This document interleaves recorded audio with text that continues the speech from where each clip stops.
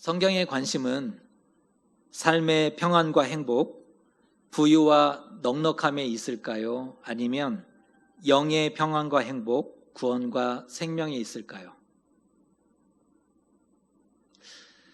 질문을 다시 한번 잘 들어보시면 좋을 것 같아요. 성경의 관심은 삶의 평안과 행복, 부유와 넉넉함에 있는 것인가? 아니면 영의 평안과 행복, 구원과 생명에 있는 것인가?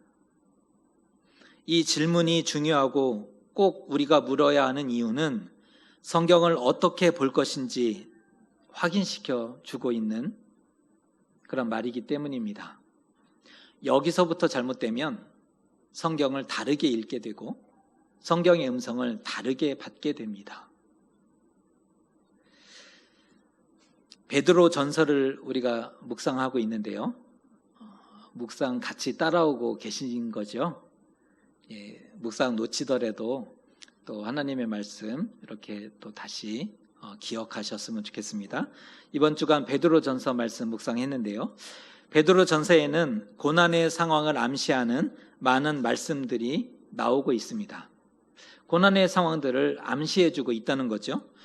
고난의 이유나 목적을 밝히고 있지는 않습니다. 베드로 전서 말씀에는 고난의 이유가 왜 오게 되는지, 그리고 이 고난을 통해서 무엇을 이루고자 하는지 목적에 대해서는 명확하게 밝히고 있지는 않습니다. 다만 고난을 대하는 자세에 대해서는 적극 권면하고 있습니다. 고난이 왔을 때 어떻게 대할 것인지 그 면에 대해서는 적극 권면하고 있다는 거죠. 오늘 말씀을 통해서 그리스도의 고난에 참여하는 것이 무엇을 의미하는지 함께 묵상하고자 합니다. 그리스도의 고난에 참여한다는 것이 어떤 의미를 가지고 있는지 한번 묵상하고자 합니다. 주 64년 네로 황제 때인데요.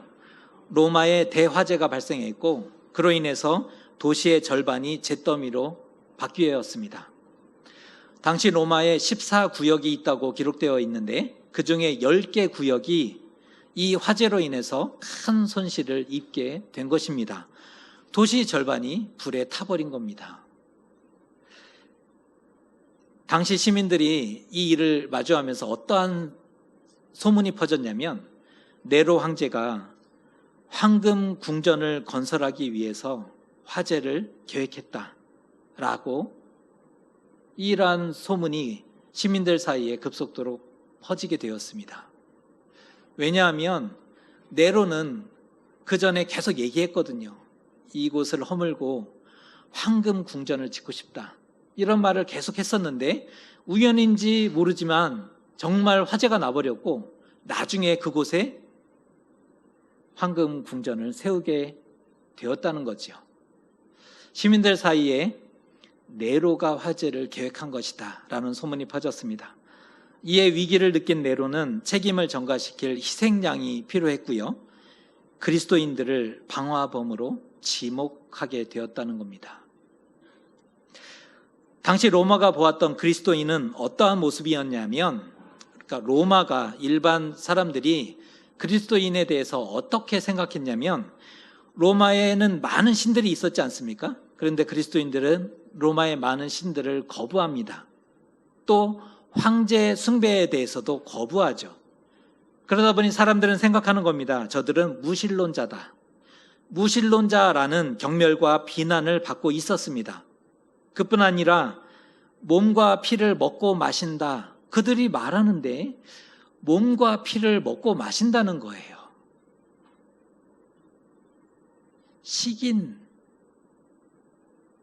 식인이잖아요.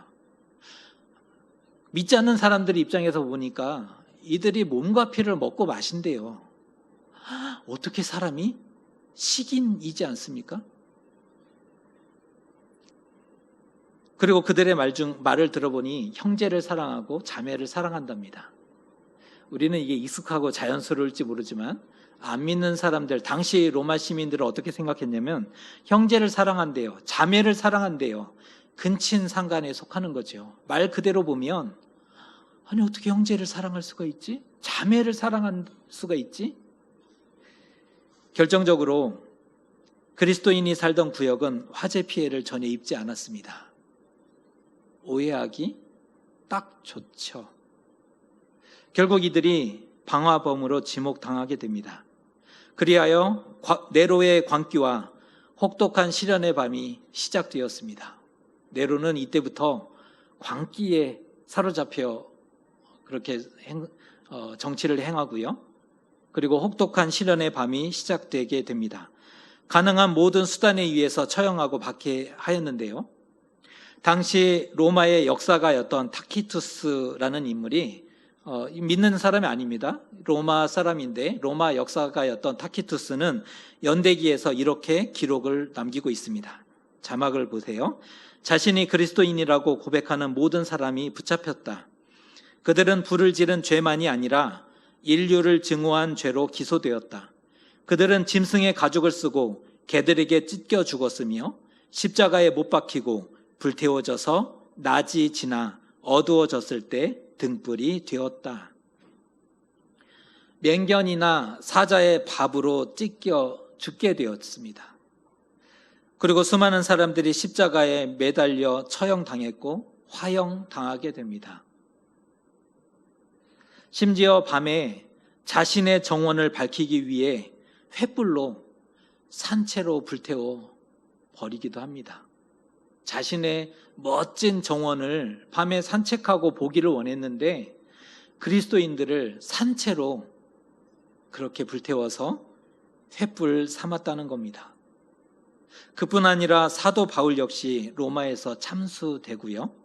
결국 베드로, 사도였던 수제자였던 베드로 역시 십자가에 매달려 죽게 되었는데 전승에 의하면 베드로는 주님과 같은 모습으로 나는 죄인입니다. 주님과 같은 모습으로 십자가에 매달릴 수 없으니 거꾸로 매달릴 수 있게 해주십시오라고 전해지고 있다고 합니다. 유일한 제목이 있는데요. 어떤 제목으로 처형당했습니까? 그리스도인. 그들의 제목은 그리스도인이었습니다. 살인에 의해서 살인죄가 아니었어요.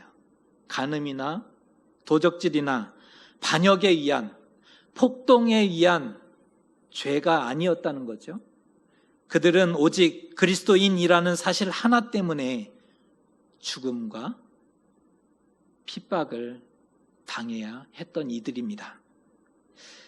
베드로 사도는 이러한 절체절명의 위기에 놓여있던 그리스도인들을 고난받던 성도들을 위로하고 싶었습니다.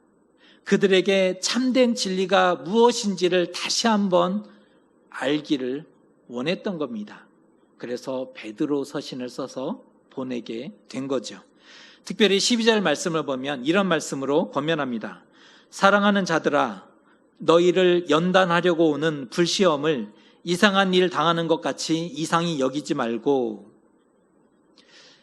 이 말씀을 보시면 당시 성도들이 과연 이 말을 어떻게 받아들였을까요? 당시 성도들은 이 말씀을 어떻게 받아들였을까요? 결코 쉽지 않았을 것입니다. 생사가 오가는 그런 위급한 상황이지 않습니까? 죽음이 눈앞에 다가왔습니다. 그리고 이미 수많은 이들이 함께 신앙생활을 하던 또 자신의 가족이 잡혀서 무참히 죽임을 당하는 그런 상황이었던 거죠. 살기 위해서는 믿음을 포기하든지 네로의 손길이 미치지 못하는 곳으로 도망가든지 굴이나 지하 무덤으로 숨어 들어가야만 하는 그들이었지 않습니까? 이것이 어떻게 연단하는 시험이 될 수 있겠습니까? 그런데 연단을 꼭 이런 식으로만 해야 됩니까? 이 과정을 통해야만 연단을 받을 수 있다는 말입니까? 받아들이기 어려운 거죠. 너무나 이상한데 베드로 사도는 권면합니다. 이상히 여기지 말라. 너무 이상한데 이상히 여기지 말라는 겁니다. 그러면 어떻게 하라는 것일까? 13절 베드로 사도가 권면합니다. 13절 말씀 우리 같이 한번 읽어봅니다.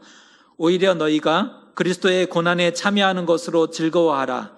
이는 그의 영광을 나타내실 때에 너희로 즐거워하고 기뻐하게 하려 함이라. 지금의 핍박과 고난이 기쁘다, 즐겁다라고 얘기한다면 문제가 많습니다. 비정상이죠. 고난이 왔는데 즐겁다, 너무 행복하다, 기쁘다 그렇게 얘기할 수 없지 않습니까? 그럼에도 베드로 사도는 왜 이런 고면을 하고 있는 것일까요? 알면서. 베드로가 몰랐을까요? 이것이 얼마나 고통스럽고 정말 믿음을 포기해버리고 싶은 그러한 일들이 얼마나 하루에도 수십 번, 수백 번 마음에 그 생각이 다가왔겠습니까? 그 모든 것을 알면서도 베드로 사도가 권면합니다.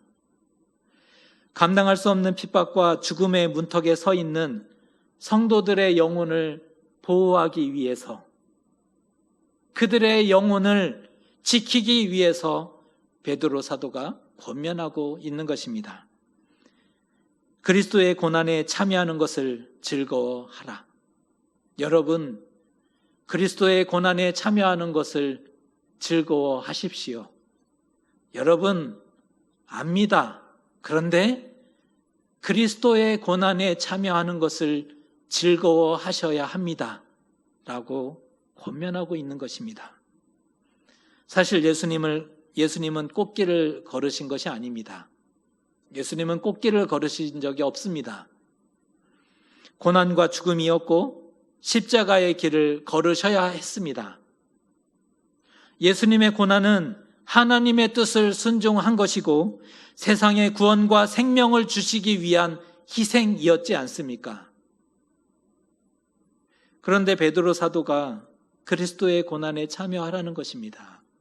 그렇다면 우리도 그 길을 가야 하는 것일까요? 오늘 굉장히 말씀이 어렵죠. 무엇이 그리스도의 고난에 참여하는 것일까? 성경은 우리가 모르는 말씀이 아니잖아요. 읽었습니다. 그리스도의 고난에 참여하는 것이 무엇일까? 복음을 전하다가 핍박받고 옥에도 갇히고 매맞고 사람들의 미움을 받고 또 할 수 있다면 순교당하고, 그것이 그리스도의 고난에 참여하는 것인가요? 우리는 그렇게 알고 있었습니다. 그리스도의 고난에 참여하려면 복음을 전하다 핍박을 당해야 합니다. 옥에 갇히고 매도 맞고 사람들의 미움도 다 감수하고 할 수 있다면 순교하는 것, 그것이 그리스도의 고난에 참여하는 것이다 라고 알고 있습니다. 부담이죠. 부담으로 알고 있었던 거죠. 그런데 왜 우리는 그렇게 살고 있지는 않습니까? 우리 것이 아니에요. 너무 커서 꿈꿀 수 없는 것이기 때문입니다. 감당할 수 없기에 포기했습니다. 우리 얘기입니다. 감당할 수 없기에 포기했습니다. 그래서 우리 것이 아니라고 말씀드린 이유입니다. 말씀을 많이 오해하고 있었던 거죠. 그리스도의 고난에 참여한다는 것은 사실은 잘 믿는 것, 그것이 바로 그리스도의 고난에 참여하는 것입니다. 잘못 알고 있었습니다. 잘 믿는 것이 그리스도의 고난에 참여하는 것입니다. 잘 믿자, 그렇게 말씀드리면 실망하죠. 뭔가 특별한 것을 보여주고 한 번도 듣도 보도 못한 그러한 신선하고 충격적이고 감동적인 말씀을 기대하고 있기 때문입니다. 우리는 하나님의 말씀을 들을 때 한 번도 듣도 보도 못한 신선하고 충격적이고 감동적인 것을 기대한다는 거예요. 우리 사실 그렇지 않습니까? 그런데 우리의 신앙이 많이 왜곡되어 있음 아십니까? 우리의 신앙이 많이 왜곡되어 있습니다. 자극적인 말씀에 혹하지 마세요. 정말 부탁드리는데 자극적인 말씀에 혹하지 마십시오. 점점 눈과 귀를 만족시키고 감정을 자극하려 합니다. 알죠? 어떠한 말씀을 하면 좋아하는지를. 그러니까 점점 귀와 눈을 만족시키는 쪽으로, 감정을 자극시키는 쪽으로 기울어지는 거죠. 세상 윤리와 학문, 교양으로 화려하게 장식합니다. 입에 달고 먹기 좋을지 모르지만 몸에 해롭습니다. 들을 때 너무 달콤하고 먹기 좋을지 모르지만 몸에 해롭습니다. 위기일수록 기본으로 돌아가라 라는 말이 있습니다. 우리가 믿음에서 출발하는 이유입니다. 다시 기본으로 돌아가서 거기서부터 믿음 때문에 어려움 당하고 믿음을 지키기 위해 손해볼 수 없겠습니까?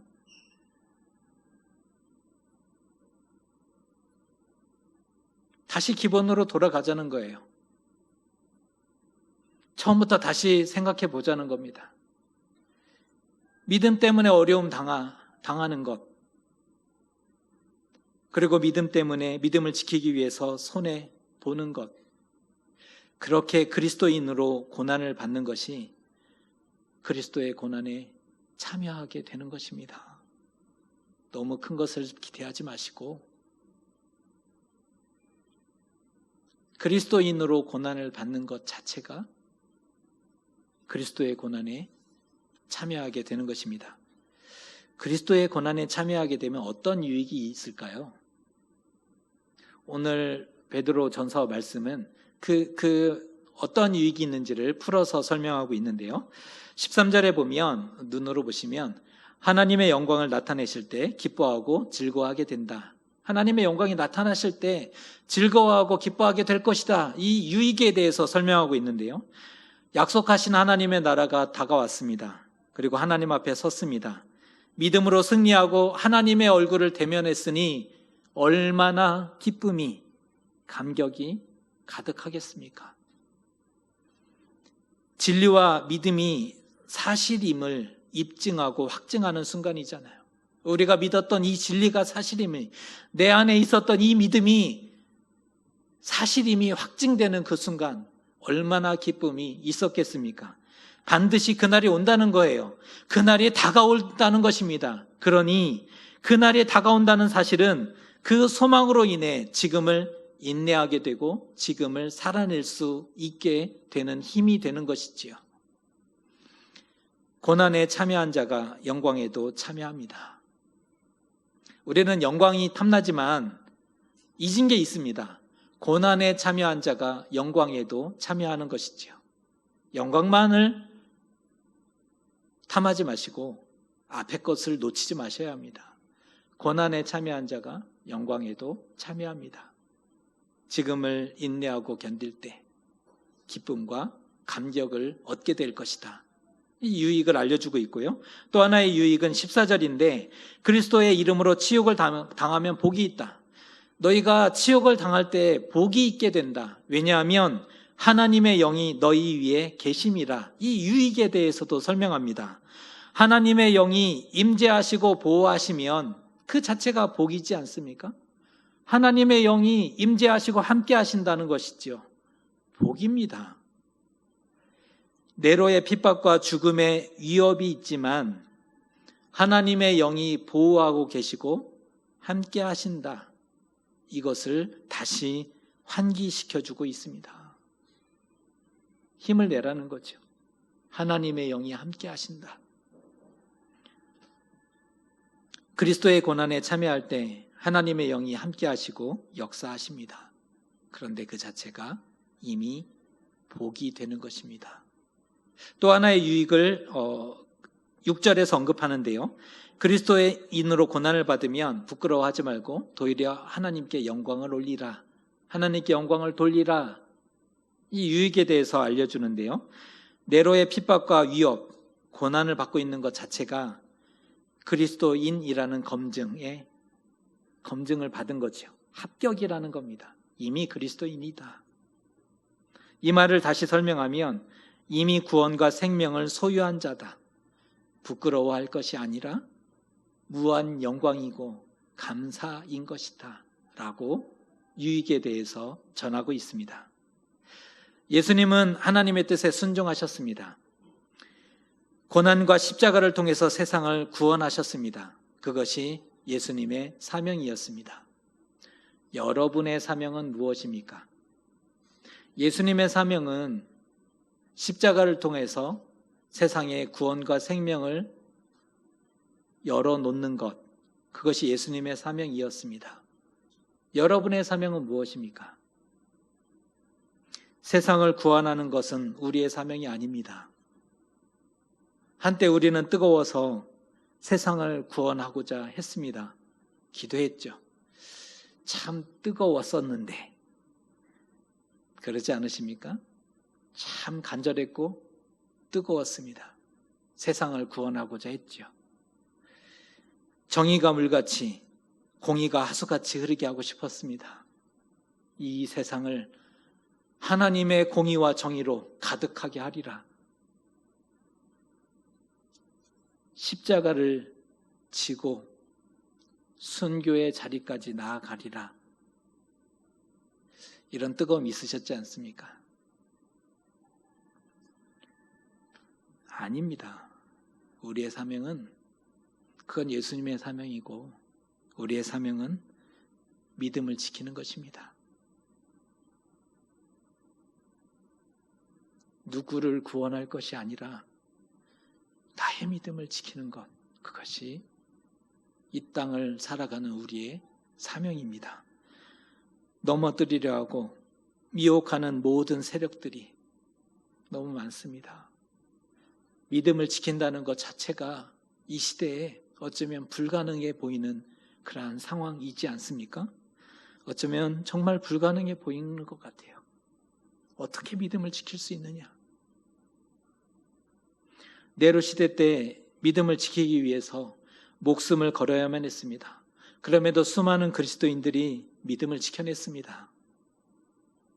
반면 코로나 시대를 살아가는 우리, 아직 핍박이 오기도 전인데 다 항복하고 떠나버린 것 같습니다.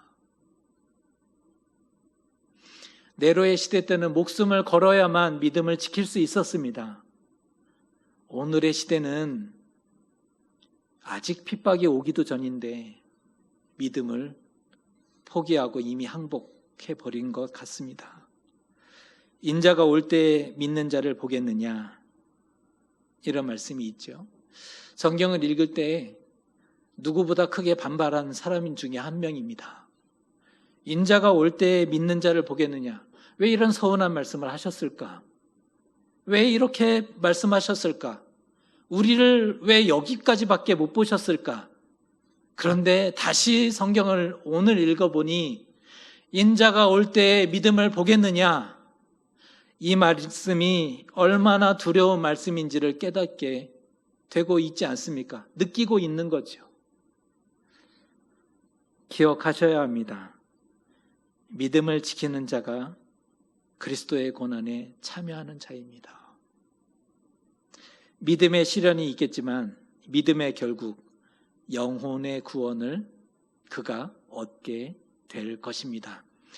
오늘 사도 베드로는 결론적으로 19절의 말씀을 우리에게 권면하고 있습니다. 19절의 말씀 읽어드립니다. 그러므로 하나님의 뜻대로 고난을 받는 자들은 또한 선을 행하는 가운데 그 영혼을 미쁘신 창조주께 의탁할지어다. 끝까지 선을 행하라. 끝까지 믿음을 지키라. 영혼을 하나님께 맡기며 믿음을 지키라 권면합니다. 하나님은 우리의 창조주이시죠. 지으셨습니다. 만드셨습니다.